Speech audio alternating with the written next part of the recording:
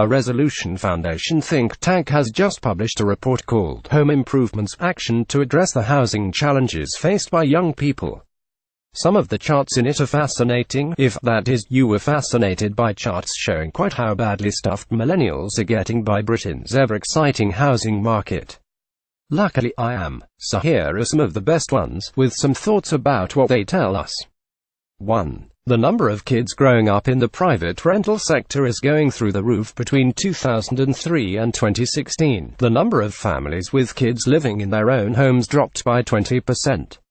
Over the same time period, the number of families with kids living in private rented accommodation tripled. Click to expand. This, to my mind, is one of the best arguments for legislating to ensure longer, more secure tenancies and to force landlords to do all those tricky things like fix broken boilers immediately, rather than in a couple of weeks when they get around to it. It's one thing expecting 22-year-olds to put up with shitty rented flats, where they can be turfed out at almost no notice. Expecting families with kids to do the same is a whole different thing. Apart from anything else, forcing a family to move can also mean pulling its kids out of school, with all the disruption that implies. An under-regulated private rental market isn't just annoying millennials, it risks ruining childhoods. 2. Rents are not actually rising that fast. There's a recurring argument on housing Twitter about whether housing costs are actually rising, and therefore whether we have enough homes. Nobody questions whether it costs more to actually buy a home, since it obviously does. But there are those, like economist Ian Mulhern, who argues that the cost of renting is stable, or even falling. The Resolution Foundation report suggests that Mulhern has a partial point. In most of the country, since 2003, rents have risen slower than general inflation. Click to expand. But there are several caveats to this. One is that the same cannot be said of London, where rents clearly have risen faster than inflation.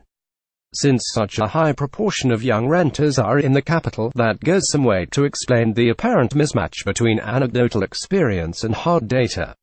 Another issue is that it seems to matter when you start counting. Start in 2003, and yes, general inflation has been greater than rental inflation in every other region. Since 2010, though, it looks a lot since rents are catching up. Look at the last 8 years in London, and rents have risen much faster than inflation. And then there's this, click to expand. To quote the report as figure 4 shows, average rent rises across England topped CPI in 2/5, 62 months, of the 146 months covered. Larger spikes were less common, while average rents still rose more quickly than CPI 1% in 1/5, 30 months, of the period. That reads to me a lot like many rents will feel rents are rising, even if, on aggregate and over the long term, they're not. 3. Help to Buy has screwed most non-homeowners. The Help to Buy policy was sold as a way of helping first-time buyers onto the ladder, by providing them with government subsidies. The reality, however, is that, by pouring money into a market that wasn't building enough homes, it just pushed prices up even further out of reach. Click to expand. Once again we must give thanks to David Cameron for helping create this crappy country we're all living in. 4. Fewer young people have a home of their own. Rising rents aren't the only figure suggesting we need to build more homes, so does the growing proportion of young people forced to share their living space. Click to expand. The millennials are the first generation in the last century in which a majority were forced to share at the age of 25. That probably doesn't translate overcrowding in the Dickensian slum sense, but it certainly suggests that we could do with building more homes in the places people want to live. Sadly, though, 5. We're not building enough homes. Over the last 20 years, the government, every government, has repeatedly missed its house building targets. The only time any managed it was 2005 to 6, at the height of now looks like an unsustainable boom. Click to expand. The government's current target is 300,000 new homes a year, vastly higher than it's managed in decades.